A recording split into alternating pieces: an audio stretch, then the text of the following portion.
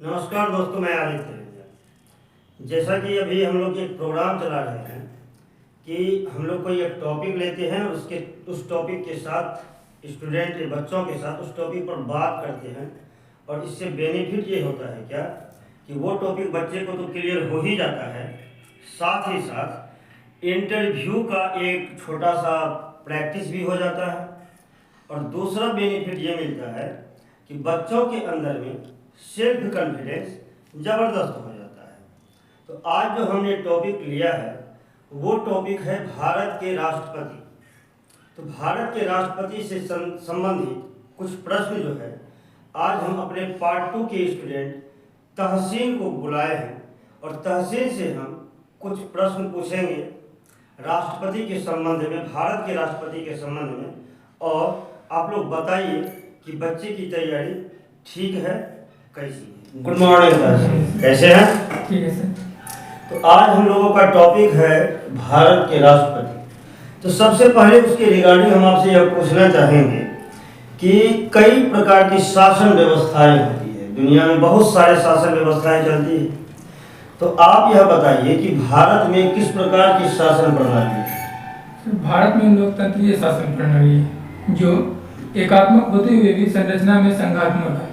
बहुत सुंदर, यानी भारत में संसदीय शासन प्रणाली एकात्मक होते हुए भी संरचना उसकी संघात्मक है। बहुत बढ़िया। अच्छा, इस एकात्मक और संघात्मक शासन प्रणाली में क्या राष्ट्रपति के पास में कोई शक्ति नहीं है? जैसे कि बोलचाल की भाषा में कहा जाता है कि राष्ट्रपति के पास में कोई शक्ति नहीं है, वह शक्तिहीन है। क्या आप भी ऐसा महसूस करते हैं? नहीं, बिल्कुल नहीं सर। राष्ट्रपति के पास बहुत सारी शक्तियाँ हैं, जैसे विधायी शक्तियाँ, सैन्य शक्तियाँ, वित्तीय शक्तियाँ, आपातकालीन शक्तियाँ और राजनयिक शक्तियाँ, न्यायिक शक्तियाँ आदि। तो क्या इन सब शक्तियों का राष्ट्रपति प्रयोग भी करते हैं? हाँ, बिल्कुल सर, प्रयोग भी करते हैं।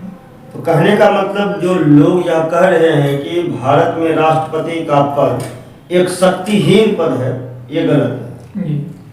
अच्छा, तो राष्ट्रपति का तो तब जब इतनी सारी शक्तियां उनके पास है तो राष्ट्रपति का कोई न कोई तो विशेषाधिकार होगा। जी। किस प्रकार का विशेषाधिकार है?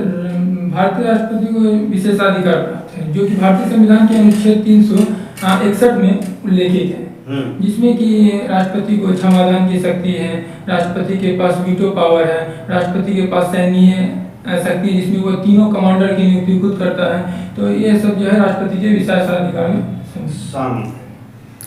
तो इतना होने के बाद भी कुछ आलोचकों का यह कहना है कि भारत का राष्ट्रपति एक रबर स्टाम्प है। क्या आप इस बात से सहमत हैं? नहीं सर, अगर संवैधानिक दृष्टि से देखा जाए तो अनुच्छेद 74 का एक जो कि 44वें संविधान संशोधन 1978 में जोड़ा गया था, तो इसमें कहा जाता है कि राष्ट्रपति को सलाह के लिए एक मंत्री परिषद होगी। और तो इसमें जो है कि जब भी मतलब कि मंत्री परिषद जो है अगर कोई सिफारिश राष्ट्रपति को देता है तो राष्ट्रपति उसे पुनर्विचार के लिए भेज सकता है। तो हम कह सकते हैं कि राष्ट्रपति एक रबर स्टाम्प मत नहीं है। नहीं, उनमें उनके पास भी शक्तियां हैं और वो भी उस शक्ति को प्रयोग में लाते हैं। हाँ। तो क्या कोई ऐसे राष्ट्रपति हैं जो कि अपनी असीमित शक्ति का प्रयोग किए हैं ताकि लोगों को लगे कि नहीं, आजकल जैसे राष्ट्रपति देखने में आते हैं हाँ कि वो केंद्र सरकार के हाथों का एक तरह से खिलौना टाइप से महसूस होता है? क्या इतिहास में ऐसे कोई राष्ट्रपति है जिन्होंने कि अपनी शक्तियों का भरपूर प्रयोग किया है?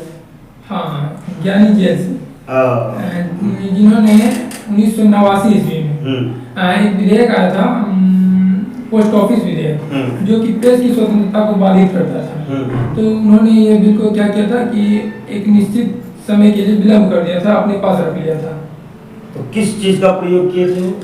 ये पॉकेट वीटो का प्रयोग किया। यानी राष्ट्रपति पॉकेट वीटो का प्रयोग करके जो बिल अनुचित है, जो लोक कल्याण में नहीं है, लोक कल्याणकारी विधेयक नहीं है, तो राष्ट्रपति को इतना अधिकार है कि वह अपना पॉकेट वीटो लगाकर उस विधेयक को रोक सकता है। तो फिर ये पॉकेट वीटो क्या है? पॉकेट वीटो है कि राष्ट्रपति के पास अगर कोई विधेयक जाता है तो राष्ट्रपति उसे ना तो सहमति देता है और ना ही अस्वीकार करता है और ना ही लौटा देता है, बल्कि एक निश्चित समय के लिए अपने पास रख लेता है।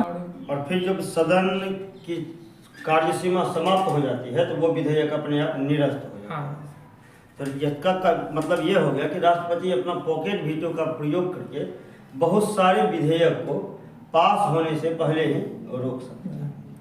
कोई एक बात बताइए कि अभी तक आपके नज़र में सबसे बेस्ट प्रेसिडेंट कौन है, सबसे बढ़िया राष्ट्रपति कौन है? मेरे नज़र में अभी तक मैं APJ अब्दुल कलाम हूँ, जो कि 11वें राष्ट्रपति थे, जो 2002 में बने थे। अच्छा, तो अब एक बात बताइए, क्या वर्तमान समय में जितने अधिकार राष्ट्रपति को मिले हुए हैं, क्या वो काफ़ी है या आपके अनुसार राष्ट्रपति के पद को और ज़्यादा मजबूत किया जाना चाहिए? सर, देखा जाए तो अभी राष्ट्रपति को जितने शक्तियाँ प्रदान की गई हैं, अगर राष्ट्रपति तो वो सीमित मतलब काफ़ी है, लेकिन अगर राष्ट्रपति इन सभी का प्रयोग कर लेते हैं तो उन्हें और शक्तियाँ दी जानी चाहिए। तो आप इस पक्ष में है कि राष्ट्रपति को और ज़्यादा शक्ति संपन्न बनाने की आवश्यकता है।